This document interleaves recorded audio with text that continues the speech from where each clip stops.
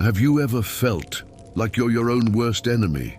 Like there's this voice in your head constantly telling you that you're not good enough, not smart enough, not capable enough. It whispers doubts when you're about to take a leap of faith, and it magnifies your mistakes until they feel like catastrophic failures.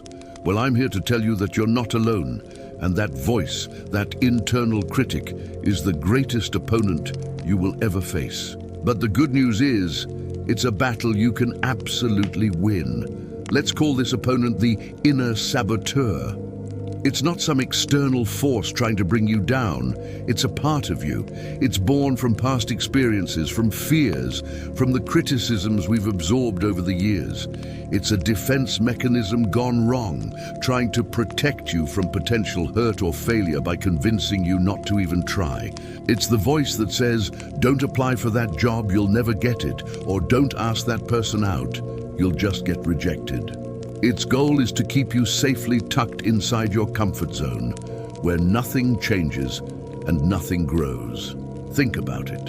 Who knows your deepest fears and insecurities better than you? No one. That's what makes this internal enemy so formidable. It uses your own memories and anxieties against you. It has a PhD in you. It knows exactly which buttons to push to trigger your self-doubt. When you're about to give a presentation, it reminds you of that one time you stumbled over your words in middle school. When you're starting a new fitness routine, it reminds you of every other time you've given up.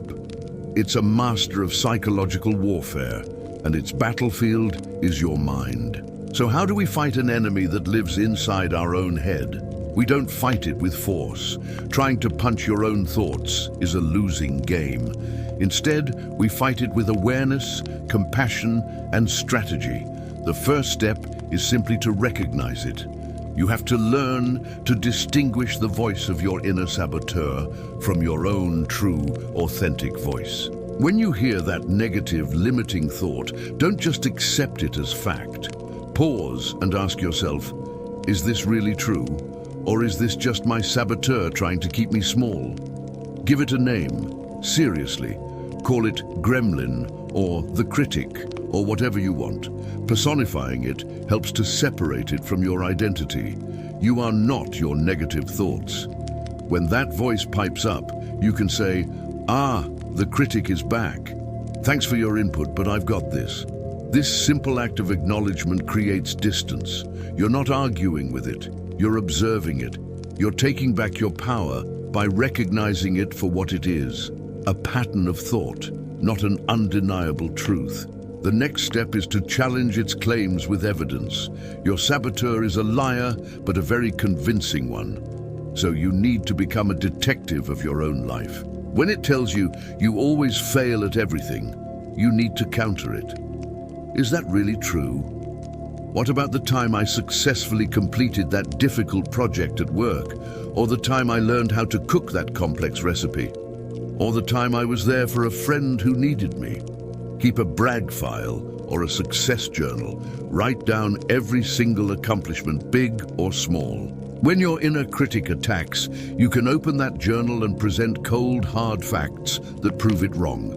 This isn't about arrogance, it's about building a case for your own competence and worth. The saboteur thrives in the dark, where you forget your own strengths. By shining a light on your achievements, you starve it of its power.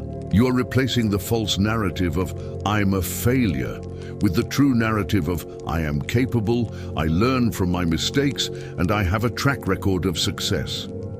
Another powerful strategy is to practice self-compassion. Your inner saboteur is incredibly harsh. It's a relentless bully. The antidote to that cruelty is kindness towards yourself.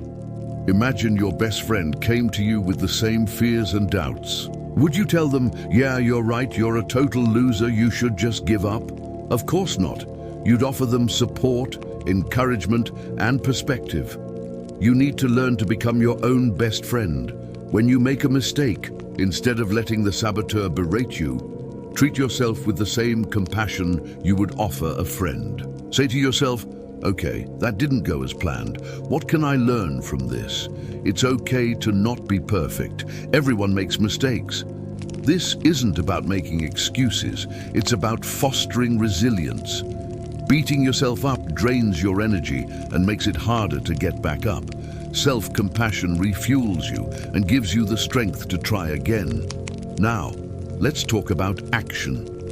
The inner saboteur wants you to stay paralyzed by fear and analysis. The single most effective way to silence it is to take action, no matter how small.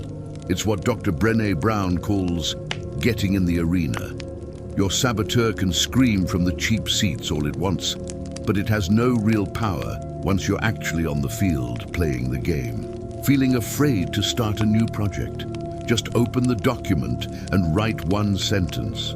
Just one. Feeling anxious about going to the gym? Just put on your workout clothes and walk out the door.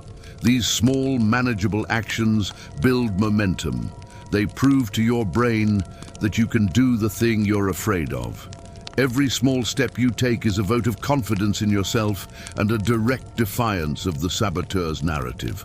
Action is the ultimate antidote to fear. And remember, the goal isn't to completely eradicate this voice. It might always be there, a faint whisper in the background. The goal is to turn down its volume.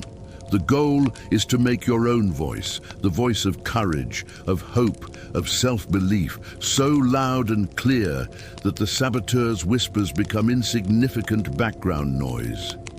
You become the conductor of your own inner orchestra, choosing which instruments to feature and which to quiet. This is a lifelong practice.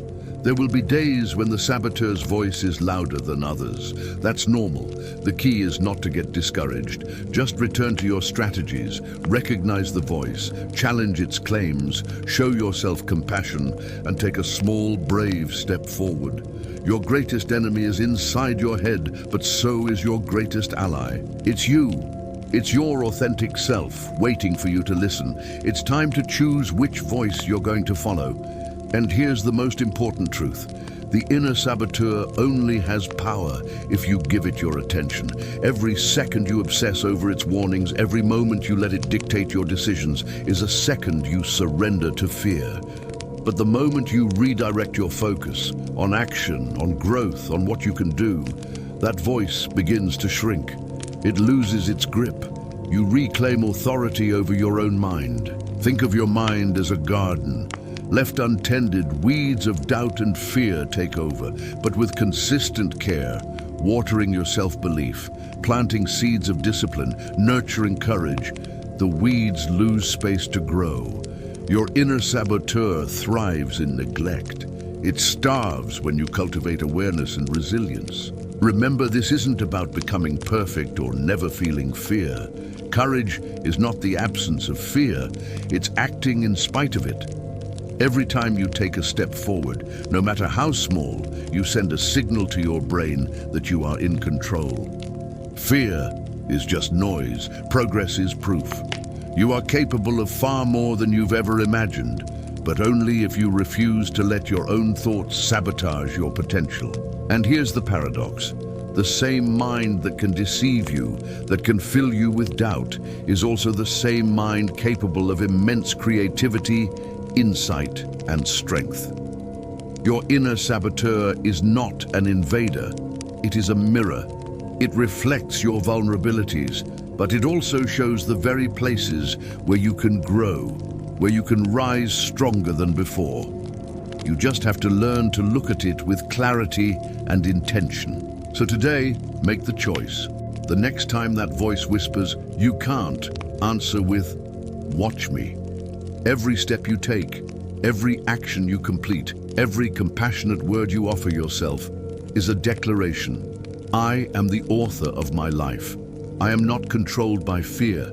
I am capable. I am enough. The battle is ongoing, yes, but it is winnable.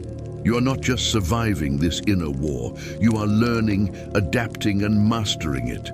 One day you will look back and realize that the fiercest enemy you ever faced was never outside.